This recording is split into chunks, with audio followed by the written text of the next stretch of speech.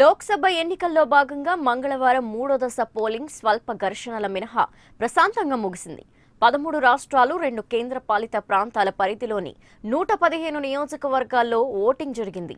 మూడో దశలో 63.24% పోలింగ్ నమోదైంది. కాంగ్రెస్ చీఫ్ రాహుల్ గాంధీ, బీజేపీ అధినేత అమిత్ షా, పలువురు కేంద్ర మంత్రులు, ఎస్పీ వ్యవస్థాపక అధ్యక్షుడు ములాయం సింగ్ యాదవ్ల భవితవ్యం ఈవీఎంలలో నిక్షిప్తమైంది.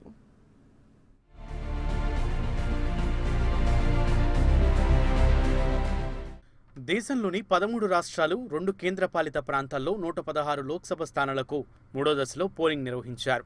పశ్చిమ బెంగాల్లో అత్యధికంగా 79.36% పోలింగ్ నమోదైంది.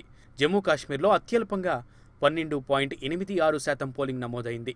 ప్రధాని మోదీ సొంత రాష్ట్రమైన గుజరాత్లో 60.21% పోలింగ్ నమోదైంది. అహ్మదాబాద్లో ప్రధాని మోదీ ఓటు వేశారు.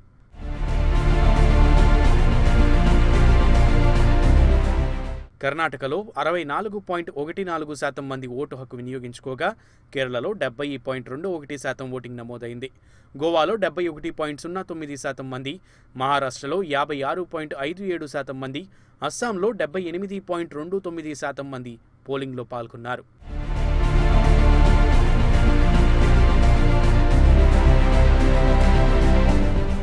బెంగాల్లో కాంగ్రెస్, టీఎంసీ కార్యకర్తల మధ్య జరిగిన ఘర్షణల్లో ఓ వ్యక్తి మరణించాడు. ముర్షిదాబాద్ పరిధిలోని బలిగ్రామ్లో ఓటేయడం కోసం పోలింగ్ బూత్లో లైన్లో నిల్చున్న వ్యక్తిని చంపేశారు.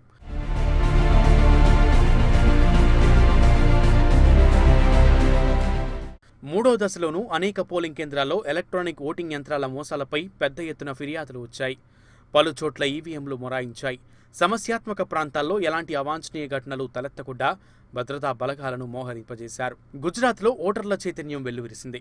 ప్రధాని మోదీ సొంత రాష్ట్రమైన గుజరాత్లో మొత్తం 26 లోక్సభ స్థానాల్లో పోలింగ్ కొనసాగింది. అహ్మదాబాద్లో ఓటు వేసిన మోదీ యువత ఉత్సాహంగా ఓటు హక్కు వినియోగించుకోవాలని కోరారు. గత ఎన్నికల్లో 26 సీట్లను సొంతం చేసుకున్న బీజేపీ ఈసారి కూడా అదే ఫలితాలు వస్తాయనే ధీమాతో ఉంది.